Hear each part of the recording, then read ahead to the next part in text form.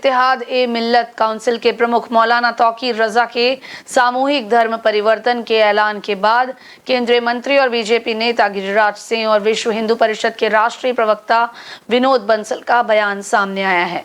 इन्होंने कहा कि हिंदुओं के सब्र की परीक्षा नहीं ली जाए। हमारे पूर्वजों से जो भूल हुई थी, अगर आजादी के समय देश के सभी मुसलमानों को पाकिस्तान भेज दिया गया होता तो आज देश में ऐसी स्थिति नहीं होती। हमारे पूर्वजों से जो भूल हुई है, आजादी के समय अगर सभी मुसलमानों को पाकिस्तान भेज दिया गया होता, कुछ वोट के लालच में जो हालात हुए वो सोची समझी राजनीति थी, जो मुसलमान रह गए।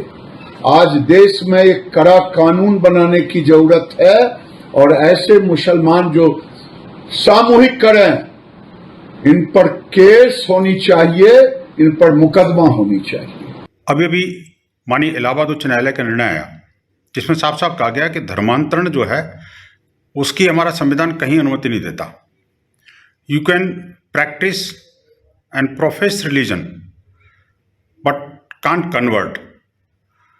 ये जो माननीय उच्च न्यायालय के निर्णय के बाद भी इस तरह के मौलाना जिस तरह से भड़काऊ काम कर रहे हैं, हिंदू समाज की जनभावनाओं को उद्विग्न करने का कुछ प्रयास कर रहे हैं, जो धर्मांतरण विरोधी कठोर कानून माननीय योगी जी की शासनकाल में सरकार ने लाया, उस कानून की भी धज्जियां उड़ा रहे हैं और सामूहिक रूप से धर्मांतरण की बात कर रहे हैं।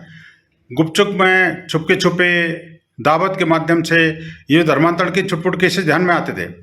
अब ये मौलाना सरेआम धर्मांतरण के लिए लोगों को उकसा रहा है और उसको प्रयास कर रहा है। ये रुकना चाहिए। ऐसे मौलाना के विरुद्ध कठोरतम कार्रवाई सुनिश्चित होनी चाहिए। इसके सारे क्रेडेंशियल्स और इसके कुकर्मों के ऊपर जांच बिठा करके और इसको तुरंत गिरफ्तार करना चाहिए। ऐसे कैसे कोई सामूहिक धर्मांतरण कर सकता है और सामूहिक धर्मांतरण के लिए लोगों को उकसा सकता है? ये बेहद गंभीर मामला है। इस पर कठोर कार्रवाई सुनिश्चित किया जाना बहुत जरूरी है। हमारे पूर्वजों से न्यू वीडियोस की अपडेट पाने के लिए सब्सक्राइब करें इंडियन न्यूज को और बेल आइकन को दबाएं।